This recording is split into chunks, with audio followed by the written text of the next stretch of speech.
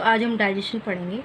Digestion actual में है क्या? डाइजेशन एक biological, mechanical and chemical process है जिसमें ब्रेकिंग डाउन होता है फूड का इनटू स्मॉलर सोल्यूबल मॉलिक्यूल्स में that can be used by blood stream for energy, growth and repair.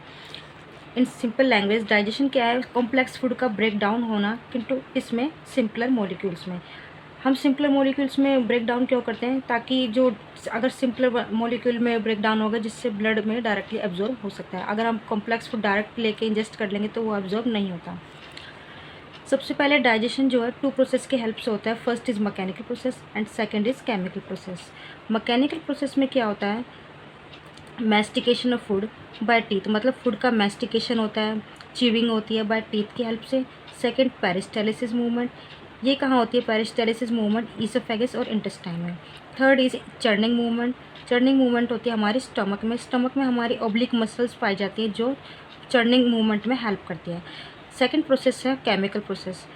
Chemical process में क्या होता है? एंजाइम्स का रोल होता है एंड डाइजेस्टिव जूसेस का रोल होता है, जैसे कि saliva, intestinal juice, pancreatic juice and bile juice.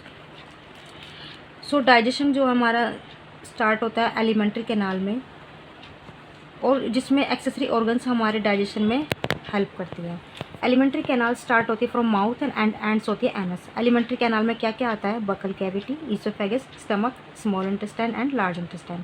हमारे जो एक्सेसरी डाइजेस्टिव ऑर्गन है उसमें क्या क्या आते हैं? First tongue, then teeth, liver, gall bladder, pancreas and salivary gland. अब नेक्स्ट हम with the help of diagram we will study the alimentary canal. In human body, alimentary canal is a hollow long tube and it starts from buccal cavity and ends in anus. The alimentary canal starts with buccal cavity and then leads to pharynx, which is a funnel-like shape. Pharynx leads to esophagus. Esophagus is a hollow tube which is 10 to 15 centimeter long. After esophagus, the stomach is situated below the diaphragm. Stomach has 3 parts. First is cardiac, fundus and then pylori. We will study later about stomach. After stomach, small intestine is started. The first part of small intestine is duodenum and second jejunum and third is ileum. The small intestine is highly long cold tube and after small intestine, large intestine is start. The part of large intestine is first is ascending colon, then transverse colon and third is descending colon and fourth is sigmoidal colon. जो हमारी small intestine होती है it is very highly long, highly cold and long tube, but why it is called a small intestine. और जो large intestine होती है इसका जो डायमीटर होता है काफ़ी बड़ा होता है और लेंथ में छोटी होती है, फिर भी इसको लार्ज इंटेस्टाइन नाम क्यों दिया? क्योंकि जो स्मॉल इंटेस्टाइन का जो डायमीटर होता है वो काफ़ी कम होता है, lesser than the large intestine, but it is a long so it's called a small intestine. और जो लार्ज इंटेस्टाइन का जो डायमीटर होता है वो काफ़ी बड़ा होता है as compare to small intestine, इसलिए इसका लार्ज इंटेस्टाइन बोलते हैं। फिर सिग्मोइडल कोलोन के बाद आता है rectum and then last is anus. जो हमारा डाइजेशन होता है वो 5 स्टेजेस में कंप्लीट होता है। First is ingestion, second is digestion, third is absorption, fourth is assimilation and last is egestion.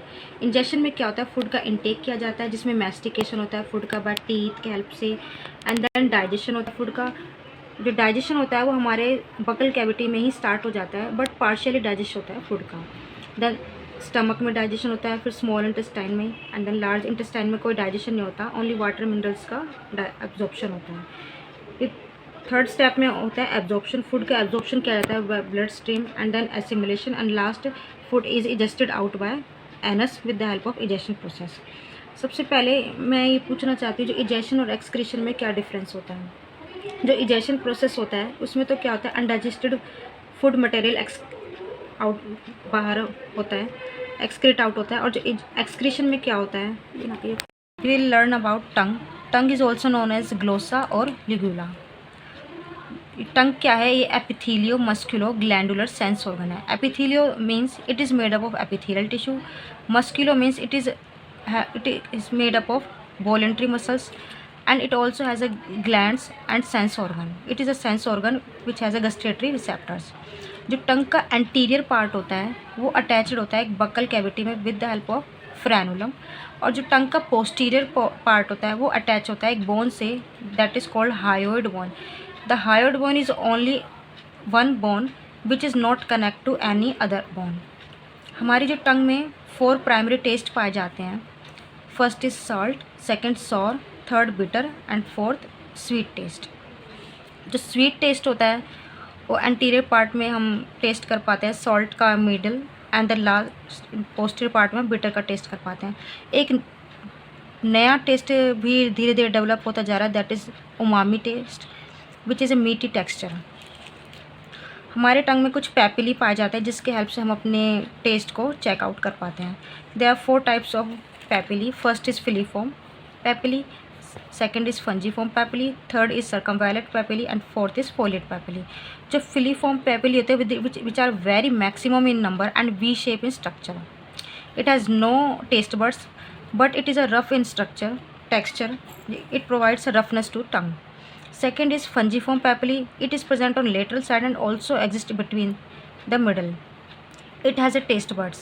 Circumvallate papilli, which are in less in number and circular in structure, which has a taste bud for bitter. And foliate papilli, it is found in herbivore and in children. It is leaf-like structure.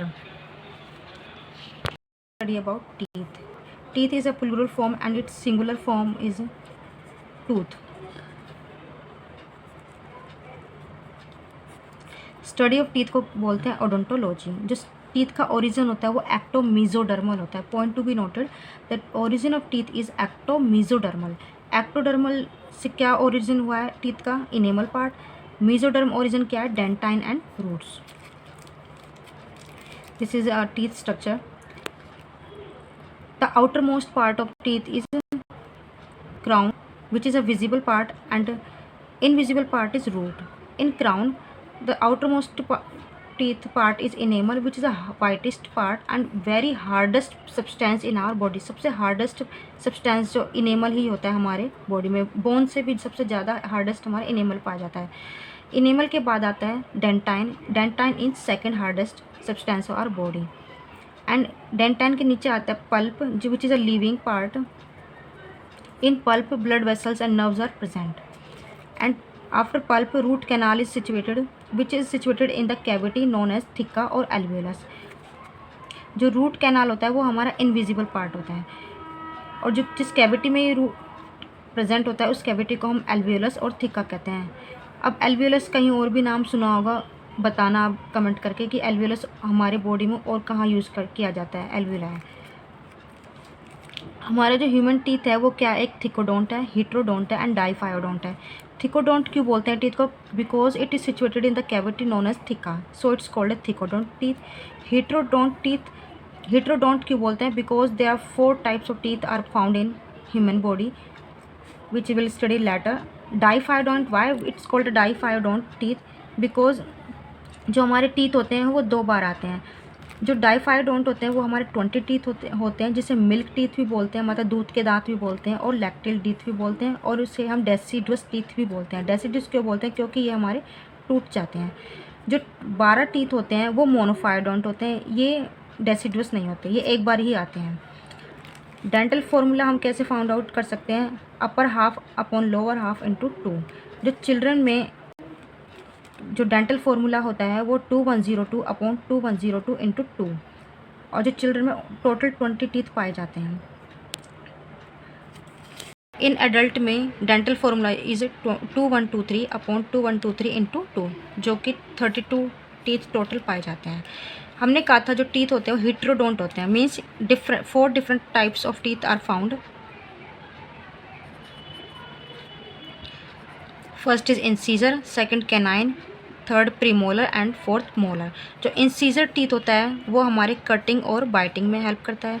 जो canine teeth होता है वो tearing में help करता है, मतलब कुछ चीज़ फाड़ने को टीयर में हेल्प करता है. प्रीमोलर हमारे फूड को क्रश करने में हेल्प करता है, and then molar also help in crushing of food. Study about stomach. Stomach is trilobed. It has a 3 part. First is cardiac stomach, second is fundic stomach, third is pyloric stomach. जो fundic stomach होता है इसे हम true stomach भी बोलते हैं। Why it's called a true stomach? Because in fundic stomach gastric glands are found, इसलिए हम इसको फंडिक स्टमक को ट्रू स्टमक बोलते हैं। जो ईसोफेगस होता है वो ओपन होता है इन cardiac stomach with the help of cardiac sphincter. एक स्फिंक्टर्स पाए जाते हैं जिसके थ्रू ये ओपन आउट होते हैं। And pyloric stomach also contain a pyloric sphincter which is open into small intestine duodenum part. हमने पढ़ा था कि जो गैस्ट्रिक ग्लैंड्स होते हैं वो फंडिक स्टमक में पाए जाते हैं। तो जो गैस्ट्रिक ग्लैंड्स हैं ये क्या है? सिंपलर ब्रांच ट्यूबुलर ग्लैंड्स हैं, मतलब ये ट्यूब में और ब्रांच फॉर्म में पाए जाते हैं। इसके कई पार्ट्स होते हैं, जैसे कि first part is mucous neck cell, second chief cell and third is parietal cell and fourth G cell. जो म्यूकस नेक सेल होती है ये क्या सीक्रेट करती है? म्यूकस। अब म्यूकस का क्या रोल है? जो स्टमक में HCl पाया जाता है जो कि हाईली एसिडिक होता है, जिसका pH क्या होता है? 1.5। तो मैं आपसे ये पूछती हूँ, जो स्टमक में HCl होता है हाईली एसिडिक है, तो फिर वो हमारे स्टमक को डैमेज क्यों नहीं कर सकता है? क्यों? क्योंकि जो हमारे गैस्ट्रिक ग्लैंड में म्यूकस नेक सेल पाई जाती है जो म्यूकस सीक्रेट करते हैं, जो हमें हमारे स्टमक की वॉल को डैमेज होने से बचाती है। इसका यही रोल है कि ये secrete mucus which help in prevent stomach damage from acid. Second is chief cell. Chief cell क्या सीक्रेट करती है? इनएक्टिव एंजाइम सीक्रेट करती है। हम इनएक्टिव एंजाइम्स को जाइमोजेंस बोलते हैं। अब जाइमोजेंस में क्या आता है? First is pepsinogen and second is prorennin. Pepsinogen क्या करता है? HCl के प्रेजेंस में एक्टिव हो जाता है पेप्सिन में, और प्रोरेनिन एक्टिव होता है रेनिन में in the presence of HCl। सबसे पहले स्टमक में हमारा केवल प्रोटीन डाइजेस्ट होता है, और प्रोटीन को डाइजेशन हेल्प करने में किसका रोल होता है? पेप्सिन एंजाइम का। जितने भी प्रोटीन होते हैं हमारे स्टमक में वो पेप्सिन ही डाइजेस्ट करते हैं। और बच्चों में क्या होता है? रेनिन एंजाइम पाया जाता है जो मिल्क प्रोटीन को डाइजेस्ट करने में हेल्प करता है। ये एडल्ट में नहीं पाया जाता, केवल बच्चों में ही पाया जाता है रेनिन एंजाइम। हमने पढ़ा था कि जो स्टमक में एंजाइम्स, प्रोटीन के एंजाइम्स पाए जाते हैं pepsinogen which is converted into pepsin in the presence of HCl। अब ये पेप्सिन क्या करेगा? जितने भी प्रोटीन हमने लिए हैं उसको वो डाइजेस्ट कर देगा। बच्चों में क्या पाया जाता है? रेनिन एंजाइम होता है जो कि मिल्क प्रोटीन को डाइजेस्ट करता है। अब हम पढ़ेंगे स्मॉल इंटेस्टाइन के बारे में। स्मॉल इंटेस्टाइन के पास क्या होता है? ग्लैंड्स पाई जाती है, submucosal gland and second is mucosal gland. जो सबम्यूकोसल ग्लैंड होती है उसे also known as Brunner's gland. जो सबम्यूकोसल ग्लैंड होती है वो ये सीक्रेट करती है वाटर एंड बाइकार्बोनेट्स, और जो म्यूकोसल ग्लैंड्स होती है ये सीक्रेट करती है इंटेस्टिनल जूस। अब इंटेस्टिनल जूस में होता क्या है? सबसे ज़्यादा एब्जॉर्प्शन जो डाइजेशन जो होता है स्मॉल इंटेस्टाइन में ही होता है। जितने भी एंजाइम्स होते हैं हमारे फूड को ब्रेक डाउन करने के लिए वो ज़्यादातर हमारे स्मॉल इंटेस्टाइन में ही पाए जाते हैं, जैसे कि कार्बोहाइड्रेट डाइजेस्टिंग एंजाइम, जैसे कि डाइसैक्राइड्स की फॉर्म में पाया जाता है। क्यों डाइसैक्राइड में क्यों पाया जाता है? की फॉर्म में क्यों ही पाया जाता है? क्योंकि जो हमारे बकल कैविटी में पार्शियल डाइजेस्ट तो हो जाता है, 30% तो कार्बोहाइड्रेट का डाइजेस्ट हो जाता है। अब 70% जो बचा वो स्मॉल इंटेस्टाइन में डाइजेस्ट होता है। अब जो डाइसैक्राइड्स को डाइजेस्ट करने वाले जैसे कि लैक्टेज एंजाइम हो गया, मेल्टेज हो गया, सुक्रेस हो गया। प्रोटीन डाइजेस्ट हमारा पार्शियली स्टोमक में हो गया था। अब जो लेफ्ट प्रोटीन बचा है, जो पार्शियली डाइजेस्ट बचा है, वो डाइजेस्ट करेगा डाइपेप्टिडेज। फैट को डाइजेस्ट करने वाले एंजाइम कौन से? Intestinal lipase. और न्यूक्लिक एसिड डाइजेस्टिंग एंजाइम कौन से? न्यूक्लियोटाइडेज और न्यूक्लियोसाइडेज। लार्ज इंटेस्टाइन में कोई डाइजेशन नहीं होता। लार्ज इंटेस्टाइन में क्यों डाइजेशन नहीं होता? क्योंकि इसमें कोई एंजाइम्स ही नहीं है जो डाइजेशन में हेल्प करेगा। इसमें तो केवल वाटर का एब्जॉर्प्शन होता है, मिनरल्स का होता है और इलेक्ट्रोलिसिस का होता है, और कुछ ड्रग्स ऐसे होते हैं जिसका लार्ज इंटेस्टाइन में एब्जॉर्प्शन होता है। लीवर के बारे में पढ़ेंगे। लीवर क्या है? एक सबसे लार्जेस्ट एक्सोक्राइन ग्लैंड है हमारे ह्यूमन बॉडी में। ये तो एक्सोक्राइन ग्लैंड है जो कि लार्जेस्ट है इन ह्यूमन बॉडी में। सबसे लार्जेस्ट एंडोक्राइन ग्लैंड क्या है? कमेंट करके बताना। जो लार्ज लीवर है इसका वेट होता है 1.5 kg, सबसे हैवी होती है ये। और कहाँ पर लोकेटेड होता है ये? Below the diaphragm and towards the right side. इसकी जो यूनिट होती है वो क्या है? एक हेपेटिक लोब्यूल। ये 2 लोब्स में पाया जाता है, राइट लोब और लेफ्ट लोब। जो राइट लोब होता है वो 5th to 6th पार्ट का होता है, और जो लेफ्ट लोब होता है वो 1 to 6th पार्ट का होता है। इसका फंक्शन क्या है लीवर का? लीवर क्या है? एक रिजर्वोयर ऑफ ब्लड, मतलब ब्लड को रिजर्व करके रखता है। सबसे लार्जेस्ट रिजर्वोयर ह्यूमन बॉडी में लीवर ही है। और ये एक्स्ट्रा न्यूट्रिएंट जो हम फूड इनटेक करते हैं, डाइजेशन हो जाता है, जो न्यूट्रिएंट्स रहते हैं वो जो एक्स्ट्रा होता है वो यही स्टोर करके रखता है। और बाइल जूस को भी ये फॉर्म करता है, और ये डिटॉक्सिफिकेशन करवा देता है ड्रग्स का हुआ या अनडाइजेस्ट फूड का। ड्यूरिंग एम्ब्रियोनिक डेवलपमेंट जो लीवर होता है वो एक्ट करता है एक हीमोपोएटिक ऑर्गन की तरह। जो बाइल जूस है इसका रोल क्या है, इसमें कोई एंजाइम तो होता नहीं है, बट क्या क्या होता है इसमें 97% वाटर होता है, बाइल साल्ट होते हैं, बाइल पिगमेंट होते हैं। जो बाइल साल्ट है यही हेल्प करते हैं एंजाइम्स को एक्टिवेट करने के लिए। जो पैनक्रियाटिक जूस में एंजाइम्स होते हैं उसको एक्टिवेट करता है, फैट को इमल्सिफिकेशन में यही हेल्प करता है, और एब्जॉर्प्शन ऑफ फैट में भी बाइल साल्ट का रोल होता है। जो बाइल पिगमेंट है वो 2 टाइप्स के होते हैं, फर्स्ट इज़ बाइलिरुबिन, सेकेंड इज़ बाइलिवर्डिन। जो बाइलिरुबिन है येलो इन कलर का होता है, और जो बाइलिवर्डिन होता है वो ग्रीन कलर का होता है। जो बाइल पिगमेंट्स होते हैं 2 टाइप्स के बताए थे, फर्स्ट इज़ बाइलिरुबिन, सेकंड इज़ बाइलिवर्डिन। जो बाइलिरुबिन होता है येलो कलर का होता है, और बाइलिवर्डिन जो होता है ग्रीन कलर का होता है। जो बाइलिरुबिन होता है ये सबसे ज़्यादा कार्निवोर्स में पाया जाता है जो कि स्टूल को येलो कलर प्रोवाइड करते हैं, और जो बाइलिवर्डिन होता है ये ज़्यादातर हर्बीवोर्स में पाए जाते हैं जो कि ग्रीन इन कलर में होते हैं। तो अब हम पढ़ेंगे पैनक्रियाज। पैनक्रियाज क्या सीक्रेट करता है, पैनक्रियाटिक जूस जो कि हेल्प करता है, सबसे ज़्यादा रोल ज़्यादातर इसी का ही है जो कि पैनक्रियाटिक जूस सीक्रेट करता है जो डाइजेशन में हेल्प करता है। ये एक मिक्स्ड ग्लैंड है। मिक्स्ड क्यों है, क्योंकि आधा पार्ट तो इसका एक्सोक्राइन पार्ट होता है और आधा जो एंडोक्राइन पार्ट होता है। एक्सोक्राइन पार्ट में क्या आता है, पैनक्रियाटिक एसिनाई, और एंडोक्राइन पार्ट में आता है आइलेट्स ऑफ लैंगरहैंस। जो पैनक्रियाटिक एसिनाई है वो जूस सीक्रेट करता है, और जो आइलेट्स ऑफ लैंगरहैंस है वो हार्मोन सीक्रेट करते हैं। जो पैनक्रियाटिक एसिनाई सीक्रेट जूस, उन जूस में क्या क्या आता है, एंजाइम्स आते हैं जैसे कि pancreatic amylase, trypsin, chymotrypsin, pancreatic lipase, nuclease जैसे कि डीएनएज एंड आरएनएज। और जो आइलेट्स ऑफ लैंगरहैंस है वो हार्मोन सीक्रेट करते हैं जैसे कि इंसुलिन हो गया, ग्लूकागन हो गया। ये हमारा डायग्राम है पैनक्रियाज का। पैनक्रियाज का एक्सोक्राइन पार्ट होता है वो पैनक्रियाटिक एसिनाई होता है, ये पैनक्रियाटिक एसिनाइन बोलते हैं इसको, जो कि एक्सोक्राइन पार्ट होता है। और इनके बीच में क्या पाया जाता है, आइलेट्स ऑफ लैंगरहैंस जो कि हार्मोन सीक्रेट करता है। जो पैनक्रियाटिक एसिनाई की जो डक्ट होती है इस डक्ट को हम बोलते हैं डक्ट ऑफ संटोर्नी, और जो पैनक्रियाज की जो मेन डक्ट होती है इसको हम बोलते हैं विर्सन डक्ट। ये जो पैनक्रियाटिक एसिनाई है ये सीक्रेट करता है एंजाइम्स, और आइलेट्स ऑफ लैंगरहैंस सीक्रेट करता है हार्मोन्स जो कि डाइजेशन, जो पैनक्रियाटिक एसिनाई जो सीक्रेट करता है एंजाइम वो डाइजेशन में हेल्प करता है। जो पैनक्रियाटिक जूस है इसमें तो डायरेक्ट डाइजेशन होता नहीं है, बट इसके जो जूसेस होते हैं वो हमारे स्मॉल इंटेस्टाइन के ड्यूडेनम पार्ट में चले जाते हैं with the help of pancreatic duct. तो हमने सारे ऑर्गन्स के बारे में पढ़ लिया, पैनक्रियाज के बारे में पढ़ लिया, लीवर के बारे में पढ़ लिया। जो पैनक्रियाज है वो जूस सीक्रेट करेगा, वो हमारे ड्यूडेनम में आ जाएगा, फिर वो डाइजेशन में हेल्प करता है, वो एंजाइम्स एक्टिवेट होकर। सेकंड हमने लीवर के बारे में पढ़ा कि ये बाइल जूस सीक्रेट करता है जो कि स्टोर होता है गोल ब्लैडर में। जो लीवर की डक्ट होती है वो सिस्टिक डक्ट होती है जो कि कंबाइंड गोल ब्लैडर की डक्ट कंबाइंड होकर क्या बनाती है, कॉमन बाइल डक्ट। फिर कॉमन बाइल डक्ट जो होती है पैनक्रियाज में ओपन होती है, फिर जो लीवर की डक्ट, कॉमन बाइल डक्ट और पैनक्रियाज की डक्ट मिलके क्या बनाती है, कॉमन हेपेटो पैनक्रियाटिक डक्ट बनाती है जो कि ओपन होती है ड्यूडेनम पार्ट में। जो सारा जूस है, जो बाइल जूस हो गया, पैनक्रियाटिक जूस हो गया, इंटेस्टिनल जूस हो गया, सारे मिलकर फूड का डाइजेशन करते हैं। सो हमने अब सारे पूरा कंप्लीट डायग्राम के बारे में पढ़ लिया। अब हम देखते हैं स्टेप बाय स्टेप फूड का डाइजेशन होता कैसे है। तो सबसे पहले तो 5 स्टेप्स में स्टेजेस में कंप्लीट होता है। First ingestion, second digestion, third absorption, fourth assimilation and then fifth egestion. Ingestion में मैंने बताया था फूड का इंटेक किया जाता है, फिर उसमें मास्टिकेशन होती है फूड की बाय टंग एंड टीथ की हेल्प से। सेकंड स्टेज में बताया था डाइजेशन होता है फूड का with the help of saliva and gastric juice, intestinal juice. Third में एब्जॉर्प्शन में क्या होता है, जो फूड एब्जॉर्ब फूड है वो ब्लड स्ट्रीम में चला जाता है। फोर्थ स्टेज में एसिमिलेशन में क्या होता है, जो डाइजेस्टेड फूड है वो यूज़ कर लिया जाता है by blood for repair, growth and energy के लिए। इजेशन में क्या होता है, जो अनडाइजेस्टेड फूड मटेरियल रह जाता है वो एनएस के थ्रू इजेस्टेड आउट हो जाता है। तो अब हम step by step food digestion पढ़ेंगे। सबसे पहले फूड का इंजेशन होता है।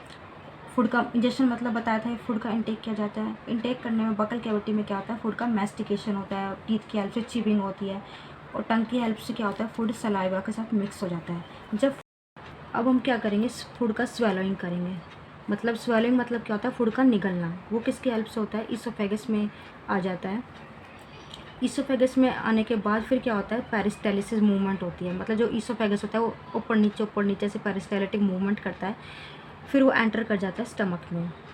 अब जो फूड स्टमक में आ गया वो मिक्स होगा किसके साथ, HCl के साथ। फूड में वो स्टमक में क्या होती है, चर्निंग मूवमेंट होती है, चर चर की आवाज़ आती है। वो मूवमेंट किसके हेल्प से होती है, ओब्लिक मसल्स पाई जाती है स्टमक में, जिससे क्या होता है फूड मिक्स होता है HCl के साथ। अब जब जो फूड मिक्स हो गया HCl के साथ, अब उस फूड को हम क्या बोलेंगे, काइम। काइम फूड अब क्या जाएगा, स्मॉल इंटेस्टाइन में एंटर करेगा। चर्निंग मूवमेंट करते करते वो स्मॉल इंटेस्टाइन में एंटर कर जाएगा। स्मॉल इंटेस्टाइन में ही कंप्लीट डाइजेशन हो जाता है फूड का। विद द हेल्प ऑफ, हमने पढ़ा था pancreatic juice, bile juice, intestinal juice, इन सब ये सारे जूस क्या करते हैं, एंजाइम सीक्रेट करते हैं जो कि हमारे डाइजेशन को में हेल्प करते हैं। अब डाइजेशन इधर कंप्लीट हो गया। अब जो अनडाइजेस्टेड फूड है रह गया, वो अब जाएगा ल्यूमन ऑफ लार्ज इंटेस्टाइन में।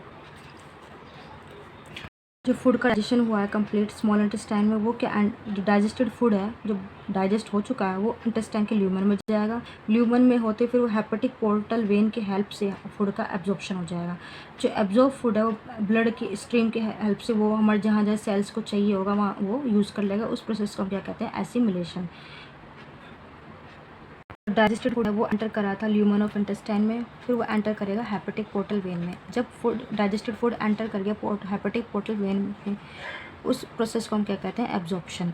फिर वो एंटर करेगा लीवर में, लीवर में से जाएगा हेपेटिक वेन में, हेपेटिक वेन में से होते हुए कहाँ जाएगा, हार्ट में।